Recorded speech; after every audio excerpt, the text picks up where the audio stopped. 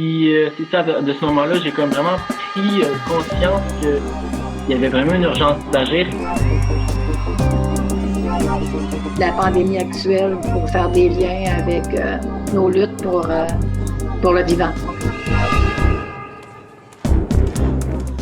Bonjour les rebelles, vous écoutez présentement Activistes en crise avec vos deux co-animatrices, donc il y a moi, Coralie Laperrière, et toi, Chantal Poulain. Donc Chantal, on a rencontré aujourd'hui le monde d'Abitibi-Témiscamingue. Oui, deux personnes super intéressantes qui ont des belles histoires à nous raconter, donc Olivier Gauthier et Joanne Allary, qui sont tous les deux d'Abitibi-Témiscamingue, mais comme c'est une grande région, ils sont pas du tout dans le même coin. Les deux ont choisi de démarrer un groupe Extinction Rébellion sans se connaître. Des gens en ont entendu parler, les ont mis en contact et finalement, ils ont pu partir le groupe ensemble avec les difficultés et la richesse que ça peut apporter de démarrer un groupe comme ça en étant éloigné. Et un groupe qui démarre avec des bases paritaires. Ah, ça, c'est vraiment cool. Et là, ils sont à 1h15 entre eux, là. Ça, c'est Rouyn-Noranda, Amos, c'est fou quand même de partir ça avec une aussi grande distance. Puis ça nous prouve que maintenant, avec Internet, on peut se rencontrer n'importe quelle façon, n'importe où, là. Oui, pour eux, ça a déjà été une habitude de faire tout par Internet. Hein. Évidemment, il y a des rencontres à l'occasion, mais ils avaient déjà cette habitude-là que nous, on découvre, de faire des réunions devant notre écran. Mais ce qui est vraiment chouette, c'est que dans cette crise-là, on va pouvoir rencontrer des gens de partout ailleurs. En même temps, on est isolés dans nos salons, mais unis plus que jamais parce qu'il n'y a plus de raison de se rencontrer seulement entre les gens de Montréal. Pourquoi pas avoir des réunions avec ceux de l'Abitibi, de Sherbrooke, de Québec, d'un peu partout et pourquoi pas même ailleurs dans la francophonie. On va peut-être sortir de cette crise-là en étant plus unis, en ayant fait des super belles connaissances et en ayant plus d'amis un peu partout, plus de rebelles pour pouvoir mener des luttes plus larges. C'est tellement une bonne nouvelle pour Extinction Rébellion, ça, fait que on part ça? On part ça! Donc, on est aujourd'hui avec Joanne Allary et Olivier Gauthier. C'est du monde de XR Abitibi-Témiscamingue. Ça, c'est un petit bout de Montréal. Fait que même si on l'avait pas fait en confinement, on l'aurait quand même fait par Zoom. Salut Joanne et Olivier, ça va bien? Oui, salut, oui, ça va bien. Oui, ça va bien, merci. Super. Puis, hey, pouvez-vous parler de vous un petit peu comme comment est-ce que vous avez commencé à militer chez Extinction Rebellion en Abitibi surtout? Oui, bon en fait, avant de commencer à militer pour Extinction Rébellion, bien sûr, moi j'étais une militante depuis longtemps. Ça fait que je suis un peu plus âgée qu'Olivier. Il pourra vous dire comme depuis quand, qu'est-ce qu'il a apporté là. Ça fait que je suis impliquée dans différents comités citoyens au niveau de la lutte écologique ou féministe, ou même politique avec Québec solidaire. Puis j'ai commencé à m'intéresser dès décembre 2018 à XR. Il y avait très peu de choses au Canada, on le sait à ce moment-là. J'ai parti à un groupe Facebook fermé qui existe toujours, qui s'appelle Rebelles, Abitibi-Témiscamingue, au printemps 2019 pour recruter des personnes qui avaient le goût d'aller un peu plus loin, de faire des actions on peut hausser le ton. C'est que j'ai recruté des amis avec lesquels je milite déjà pour la planète, mais qui étaient prêts peut-être à faire des actions qui seraient un petit peu plus d'action directe et de désobéissance, on s'entend. Ça fait que, donc, ce groupe-là, je l'ai parti. J'ai rentré en contact avec XR Québec à un moment donné. J'ai un ami commun qui nous avait mis en contact avec deux membres de XR Québec. Puis Olivier de son bord, il vous dira, mais Olivier de son bord avait aussi l'intérêt de partir un chapitre Abitibi-Témiscamingue de XR. Ça fait qu'on nous a mis en contact. Puis à partir de là, on a regardé comment on pouvait travailler ensemble pour un chapitre régional de XR. Wow, vous connaissez pas du tout, là, toi, Olivier. Wow, puis Olivier, toi, qu'est-ce qui t'a fait militer? Moi, au début, quand j'ai commencé, en fait, j'avais aucun bagage, je savais pas tout comment que ça fonctionnait. En fait, j'ai vu ça, j'ai appris que c'était quoi Extinction Rebellion sur Facebook dans un live de XR Trans.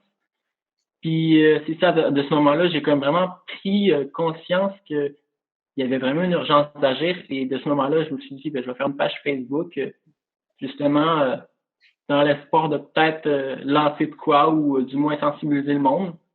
Finalement, ça a marché. Puis c'est ça, à partir de ce moment-là, on a, avec un membre de XR Québec, j'ai été mis en contact avec Joanne. Et depuis ce temps-là, on travaille ensemble. Déjà. Wow, nice! Comment ça s'est passé, la fondation du groupe comme tel? Est-ce que vous avez eu tout de suite des réunions ensemble? Vous avez fait ça par Internet? Ben, en fait, ouais, là, quand on a été mis en contact, Olivier avait fait une page Facebook. Moi, j'avais un Facebook, un groupe fermé. Donc, on s'est organisé pour qu'on devienne administrateur et administratrice de ces plateformes-là ensemble. Puis un peu à regarder comment on peut faire ça. Moi, de mon bord, ben, j'avais déjà eu des rencontres avec certaines personnes qui sont rebelles. Ça fait que, tu vois, on a été mis en contact, Olivier et moi, au mois d'août 2019. Et dès l'automne, on s'était dit, il y avait je suis impliquée aussi dans La Planète s'invite au Parlement, puis j'étais impliquée dans l'organisation de la manifestation de la grève du 27 septembre. Ça fait qu'on s'était dit, bon, XR, quelle place on peut faire là? On a commencé vraiment, tu sais, plus mollo avec de l'affichage sauvage, là. Alors, Olivier et moi, on a travaillé ensemble sur un visuel. On a utilisé Greta, entre autres, pour des collants qu'on a placardés un peu partout là pour inviter les gens à la manifestation, puis à adhérer à XR. On mettait aussi, tu sais, toujours le lien de notre page Facebook. Fait que Olivier et moi, on s'est beaucoup contactés là justement via les réseaux sociaux là pour voir un peu chacun les forces. Olivier nous proposait, tu sais, du visuel, tout ça. Ça fait que c'était très aidant là pour organiser là justement là l'affichage sauvage qu'on voulait faire, puis tout ça. Puis c'est comment militer en Abitibi? Moi, honnêtement, je suis allée à Rouen juste une fois, à part le magnifique lac. Je connais rien de l'Abitibi. C'est comment militer là-bas? Ben, en fait, peut-être parce que j'ai plus d'expérience de militantiste qu'Olivier, là. Je pense qu'on est une région quand même assez militante. Si on parle au niveau écologique, on a toutes les raisons de militer. On pourra en parler plus tard, mais on a masse de causes ici. Sauf que ben, il y a des défis, hein. On a parlé du grand territoire. C'est sûr que quand c'est des trucs qui touchent toute la région, ben il reste que c'est pas évident. Toute manifestation qui est régionale, ça nécessite des déplacements importants, tu sais, à ce moment-là. Mais puis aussi, bon, ben il y a des avantages et des inconvénients. En fait, les gens qui militent, un peu comme moi, mais aussi toutes mes amis rebelles, on est souvent impliqués dans d'autres comités citoyens. Ça fait que, moi et plusieurs de ma gang, on est impliqués dans 3-4 autres comités citoyens, qui soit la coalition anti-pipeline de Rouen-Noranda, que ce soit arrêt pour arrêt des émissions toxiques au niveau de l'arsenic à Rouen-Noranda, que ce soit La Planète s'invite au Parlement. Ça fait que ça devient des défis pour seulement céduler une rencontre avec nos horaires, tu sais. Ça fait que ça, peut être un défi en région parce que c'est difficile d'aller chercher d'autres personnes parce que les personnes sont déjà beaucoup impliquées. Ça fait que il peut y avoir de l'essoufflement et tout ça. Oui, ça vous en fait beaucoup, là. Tout à fait, tu sais, ça fait que la masse critique est déjà pas mal impliquée. Ça fait qu'aller chercher d'autres personnes, c'est toujours un défi. C'est d'ailleurs un défi un de nos objectifs et défis de XR Abitibi-Témiscamingue, c'est le recrutement. en effet, de personnes qui sont pas impliquées présentement, mais qui ont le goût de passer à l'action. Ça fait que c'est beaucoup, on pourra en parler plus tard, mais c'est beaucoup dans nos objectifs là, de court et moyen terme. C'est beaucoup le recrutement. Ouais, parlons-en donc tout de suite, tant qu'à faire. Comment vous allez faire pour recruter? Avez-vous déjà des stratégies? Qu'est-ce que vous avez déjà fait par le passé? Oui, premièrement, en fait, on a fait une première action qui a d'ailleurs permis de nous faire voir et de faire savoir qu'on était là et qui a permis à certaines personnes de savoir qu'on était là et de pouvoir nous soutenir. C'était au Festival du cinéma international en Abitibi-Témiscamingue en octobre passé.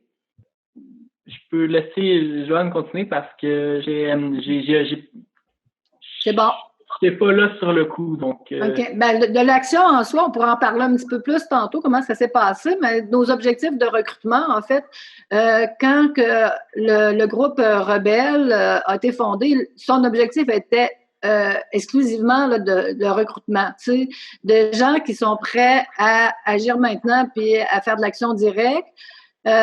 Pour qu'on puisse faire venir la formation. Je m'étais informée avec XR, puis à l'époque, pour faire venir la formation, ça prenait un groupe de 30 personnes. Ouais. C'est tout un défi. Là. Quand on parlait des défis en région, trouver 30 personnes qui sont disponibles la même fin de semaine, parce qu'on parlait de 2 jours, la même fin de semaine, pour faire une formation en désobéissance civile et action directe, non violente. C'était tout un défi. Ça fait que là, on est à peu près 45 membres dans le groupe Rebelle. Mais ces 45 membres-là, parfois, c'est des étudiants qui ont quitté la région pour leurs études. Ils sont pas... Ça fait que de trouver là-dessus. Ça fait que là, c'est comme... depuis ce temps-là, c'est sûr que... dans nos jases avec XR Québec, il y aura moyen de faire autrement qu'avoir un groupe de 30, tout ça. Mais c'est vraiment, tu sais, notre recrutement, on l'a fait par les affichages où on met notre adresse Facebook. On est aussi sur le site de XR Québec. Il y a un lien pour notre page Facebook. Puis, bien sûr, les actions qu'on fait, même si on a fait peu à date, on distribue là, des tracts de XR pour solliciter des gens, puis on en parle dans nos entourages. Là. Ici, le bouche à oreille, c'est quand même en région une façon efficace là, de se faire connaître. On n'est pas anonyme. De toute façon, XR, on ne veut pas être anonyme, puis on n'est pas anonyme en région. Là. On est vite identifié. On peut vous parler de notre première action, en fait. Oui, parce que cette action-là, on en a entendu parler beaucoup. Moi, j'avais des amis qui étaient au festival, qui m'envoyaient des photos, qui m'appelaient, qui me disaient « ça se peut pas, c'est en train de démarrer ». On en a entendu vraiment parler beaucoup. C'était une action géniale. Comment ça s'est passé de l'intérieur? En fait, on a décidé de faire une action d'éclat symbolique lors de la soirée de clôture du Festival du cinéma international en Abitibi-Témiscamingue. On sait qu'à cette soirée de clôture-là, il y a 700 personnes dans la salle. C'est une des soirées importantes du festival. Il y a toujours une espèce de temps mort entre le dernier film qui est présenté et l'annonce des personnes qui ont pour la remise des prix. Alors, on a décidé de faire nos propres remises de prix. Alors, on a fait une bannière XR en hauteur. Il y a une espèce d'escalier là, avec une espèce où on avait déjà décidé qu'on allait dropper cette bannière-là et on avait un texte pour la remise de 4 ou 5, je ne me rappelle plus, prix patate. On a dit qu'on Puis on s'attendait à se faire mettre dehors avant de pouvoir, parce que c'était quand même assez long. On avait toutes nos remises, le prix poison mortel pour l'arsenic, le prix d'extinction de la biodiversité pour les caribous de la horde de caribous de Val-d'Or, le prix au niveau les mines. On avait des prix pour l'énergie du passé, pour la pipeline de gazoduc. C'est que on avait beaucoup de textes à dire et tout ça, mais finalement, on a réussi à tout dire notre texte et somme toute, on a été applaudis. Wow! C'est comme, nous, on s'attend à se faire mettre dehors, tu sais, on avait pris comme, on s'était dit qu'on allait quand même, on n'avait pas l'intention, tu sais, s'il y avait eu demandé de quitter les lieux avec police, on n'aurait pas été jusqu'à résister à ça. On n'était pas prête là, à aller au-delà de ça, mais finalement, on a eu une grosse main d'applaudissements. Il faut dire que, tu sais, dans les festivaliers, il y a souvent des gens qui ont quand même un esprit critique aussi, puis qui avaient aussi, tu sais, de l'intérêt dans les choses qu'on dénonçait. Il y a des gens qui nous ont trouvé dérangeants, puis ont trouvé que c'était pas la place, bien sûr. Hein? On s'entend que... Tout le temps. C'est jamais la place. On s'attendait... On savait qu'on allait déranger, mais, tu sais, on a choisi quand même une période du festival et de cette soirée de clôture-là où, de toute façon, les gens s'emmerdent un peu parce qu'ils attendent.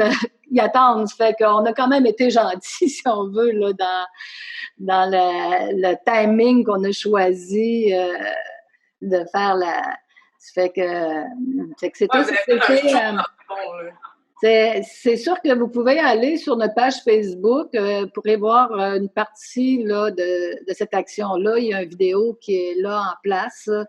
Fait que c'était vraiment là un beau succès. On était vraiment contents là, du travail. On a travaillé ensemble à justement relever c'est quoi les problématiques qu'on vit en région, puis quelle sorte de prix qu'on va donner, tout ça. C'est que c'était vraiment un très beau travail d'équipe.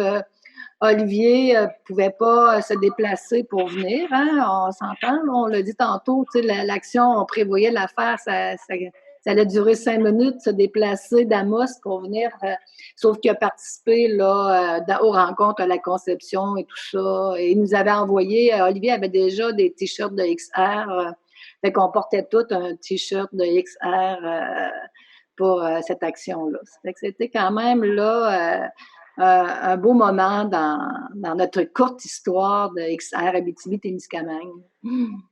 Vous avez remis plusieurs prix, patates, puis toutes sortes de choses.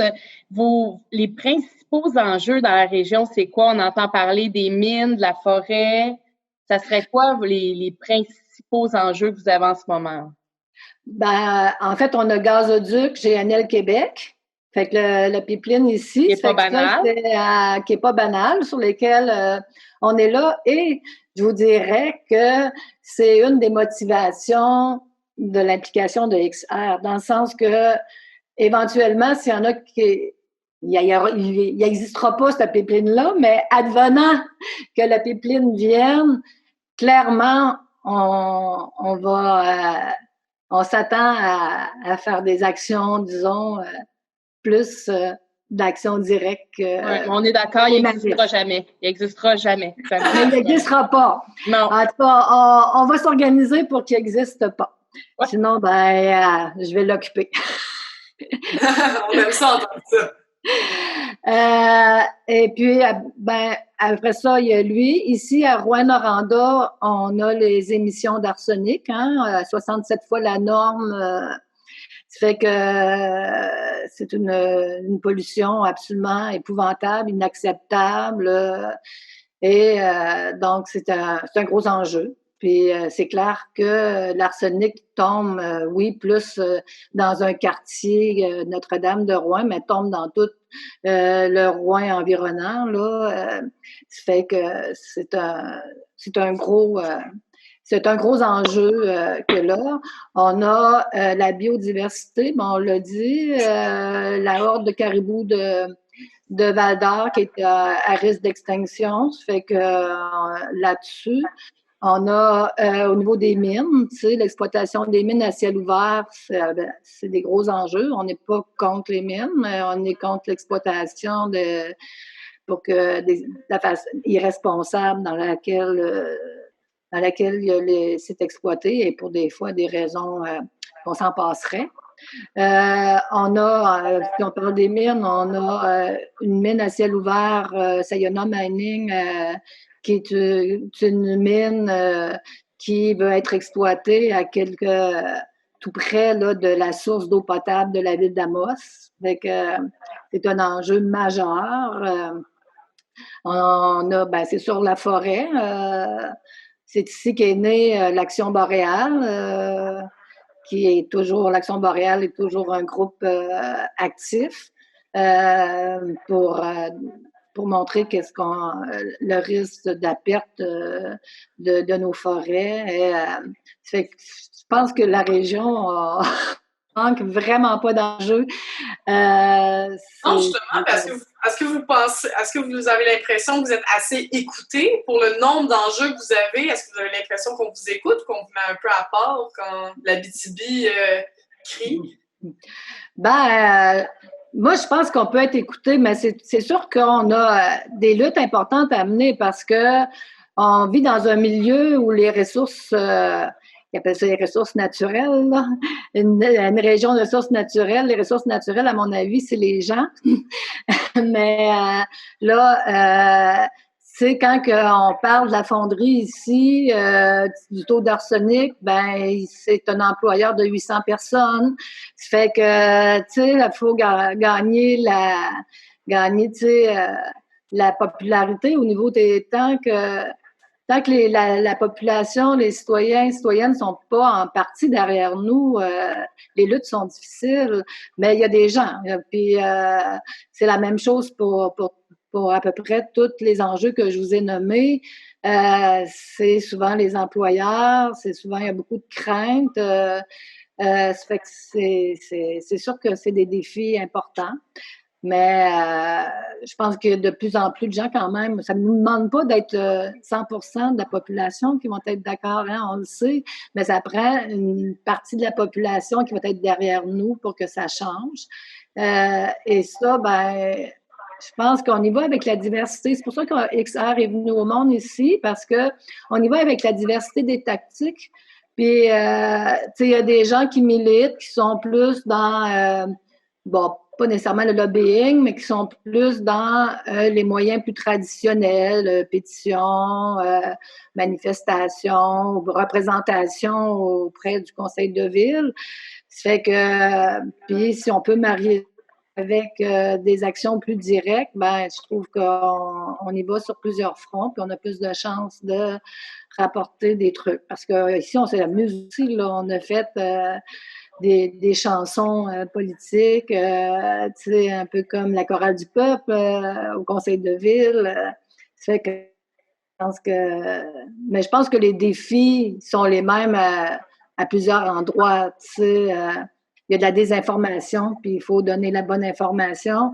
Juste si on prend Gazoduc GNL Québec, quand on vante à la population que c'est une énergie de transition, puis tu sais que c'est bon pour la planète, compte tenu que ça va remplacer du charbon ailleurs, puis qu'on sait que c'est toutes des faussetés, il faut nous autres donner la vraie information, puis c'est comme ça qu'on gagne le soutien de certaines personnes. Puis je pense que la crise actuelle, on peut aussi l'utiliser, la pandémie actuelle, pour faire des liens avec nos luttes pour le vivant. Tu as dit tantôt, des ateliers de désobéissance civile, vous n'avez pas réussi à en faire encore. La bonne nouvelle, c'est que maintenant, c'est possible de la donner en une journée. On arrive à condenser dans une journée, donc ça pourrait être plus facile pour vous. Est-ce que vous arrivez à faire des présentations? Parce que quand même, avec la grandeur du territoire, c'est pas si facile. Vous arrivez à organiser des présentations? Ça marche bien? Oui, justement, moi, j'ai commencé à m'entraîner et à connaître un peu le texte pour justement commencer à m'en donner. C'est ça, en ce moment, moi, je suis à Amos, donc c'est plus dur à coacher, c'est une chose à voir, mais on va réfléchir à ça et on va trouver des moyens pour justement donner partout en Abitibi. En fait aussi, présentement, le COVID-19 est venu aussi bouleverser un peu les plans d'action qu'on pouvait avoir.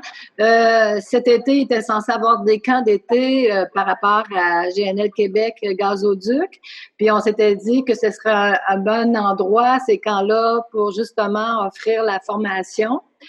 Et tout le monde était super intéressé. Ça fait que c'était un peu dans notre plan d'action pour notre première vraiment formation qu'on aurait donnée.